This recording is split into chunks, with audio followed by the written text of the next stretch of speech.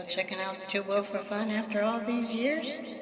But anyway, people, Ramblings of an Old Man. Tonight's episode, Motorcycle Reflections. What year is it? What year is it? 30, 55, 40, 22? What?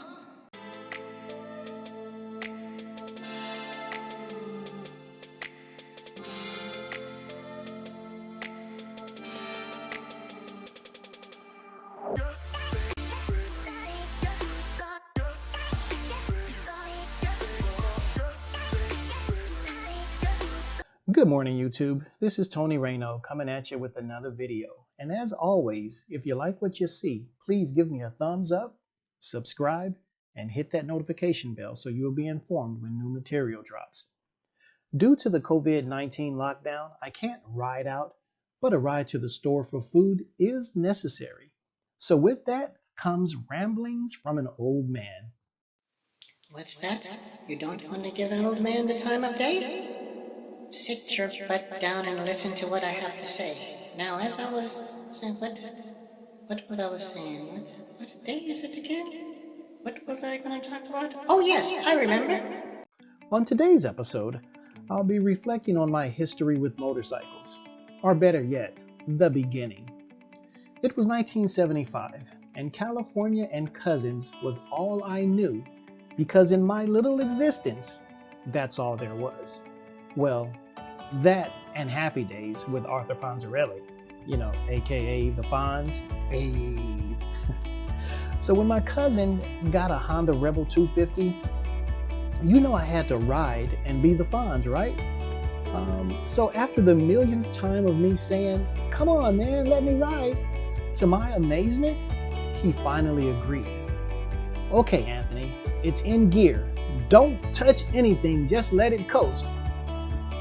Squeeze your left hand like this," and he showed me how to squeeze the clutch. "Then squeeze your right hand to stop," and he showed me how to squeeze the brake. "Okay, got it." Now, viewers, as soon as that bike started moving, I was a kid. What the hell was he thinking? But for whatever reason, I rode on what I now know as the throttle, and the rush of speed that came, fuck! Next thing you know, I was on my ass and my mom was screaming in the distance, "Boy, get off that thing before you kill yourself." Me, all I could think was, I got to get one of these. My life with motorcycles didn't start until I joined the United States Air Force some 12 years later. It was 1987 and I was assigned to Reese Air Force Base in Lubbock, Texas. I purchased a Honda Nighthawk CB750S, but before I could officially ride, I had to take the mandatory motorcycle safety course to become a certified operator. I had many lessons this year, but the most important was don't wear shorts. Ever! The younger me was cool in my own mind, but oh so foolish. Rolling out to get gas, I was badass in my matching shirt and short set with sandals to match. Hey, it was the 80s. Miami Vice was still popping, so it was in style.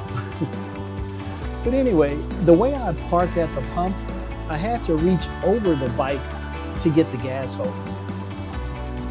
I'm not sure which came first, the smell of burnt flesh or the sensation of nerves being fused with heat. Either way, it was not pretty and made for a very unpleasant ride home. That cookout made me a permanent ADGAT card member. All the gear, all the time. Well, in 1990, the engine crapped out on my Nighthawk, so I junked it. It was kind of good timing because I received an assignment to England for a year. That was a year I didn't ride, but in 1991, I got another assignment to Edwards Air Force Base in California. And that's when I purchased my Honda VFR 750 with a single-sided swing arm. Yo, you couldn't tell me nothing. Man, this was an awesome bike.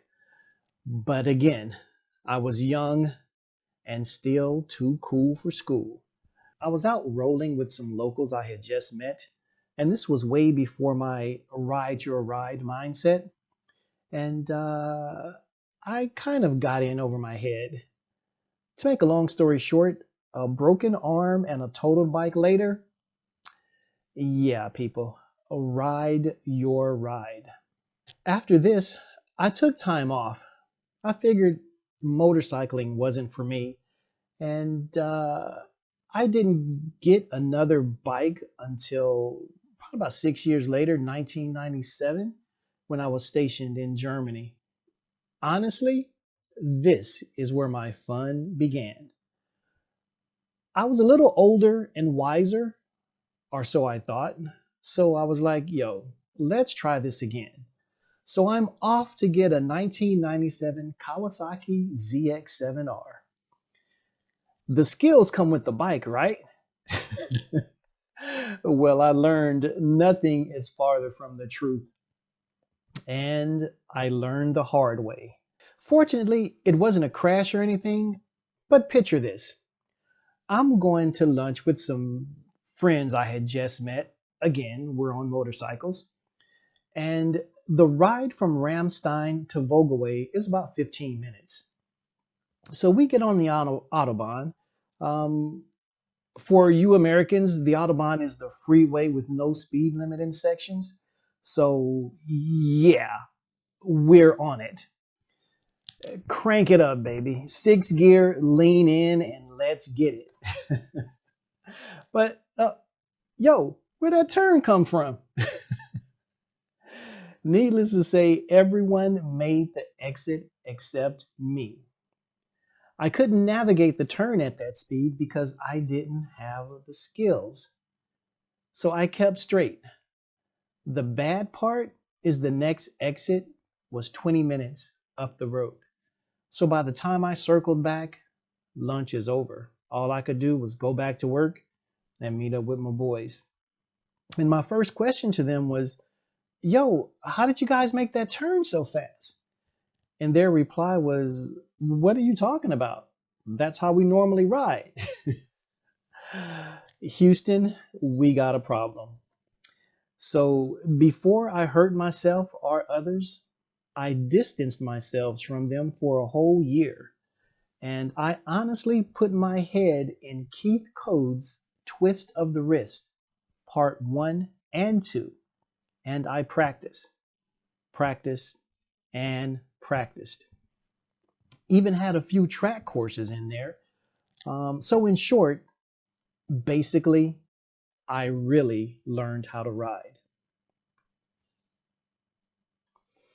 This made my time in Germany a wonderful experience. And yes, I had my fair share of crashes and went through a number of bikes from ZX7R all the way to the ZX10R.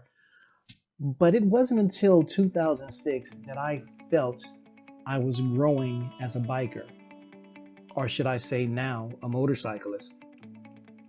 I had purchased, or I should say I went out to purchase a Kawasaki ZX12R.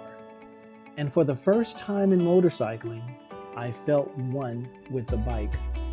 I realized I had made this purchase for me as opposed to making the purchase of a bike to be with a clique.